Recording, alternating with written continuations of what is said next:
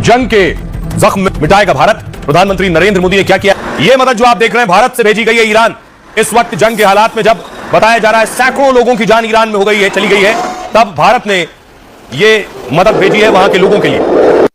देखिए जरा भारत ने जो मदद की खेप भेजी है इसमें क्या है। दरअसल जंग के बीच ईरान के लिए भारत ने बड़ी दरियादिली दिखाई है और मुश्किल में फंसे ईरान को राहत की बड़ी खेप भेजी है। इस खेप में वो चीजें हैं जिसकी ईरान को सबसे ज्यादा जरूरत है। जंग में ईरान के आम लोग बुरी तरह घायल हुए और दवाएं नहीं है। ऐसे वक्त में भारत ने जरूरी दवाएं और मेडिकल उपकरण भेजे।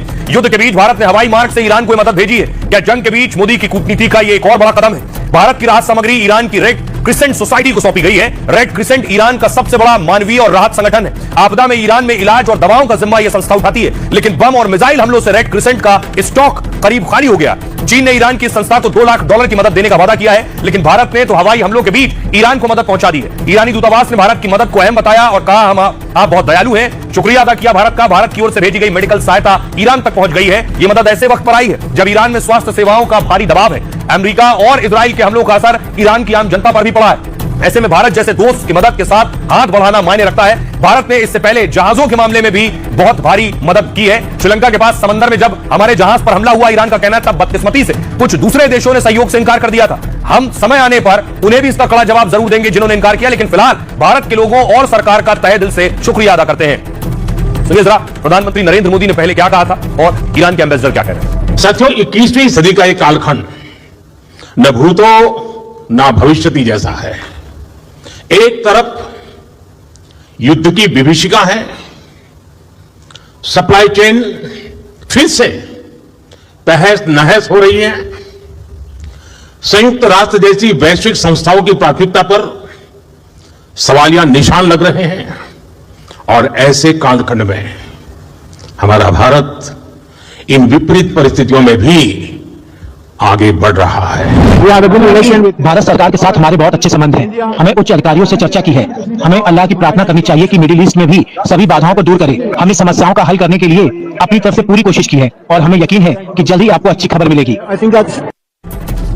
अब देखिए सिर्फ इतना ही नहीं कि भारत ने ईरान की मदद की है। भारत में तेल और गैस कैसे आ रहा है आपको पता है। हॉर्मुज का रास्ता ईरान ने खोला और भारत के तेल और गैस आ गए। दूसरी तरफ भारत को पुतिन से यानी रूस से तेल खरीदने की परमिशन मिली है। लेकिन बड़ी खबर और है कि कैसे जो जहाज चीन जा रहे थे उनका रुख मुड़ा और चीन जाने वाले जहाज भारत की तरफ रुक कर गए। ये तस्वीर आप देख रहे हैं कुछ इस तरह से। जो जहाज दरअसल तेल लेकर जा रहे थे, दावा है ऐसा, बहुत सी अंग्रेजी मीडिया रिपोर्ट्स का दावा है कि तेल के जहाज रूस से चीन जा रहे थे और रूस से चीन जाने वाले तेल के जहाज का रुख मुड़ा भारत की तरफ और वो कैसे भारत आ रहे हैं।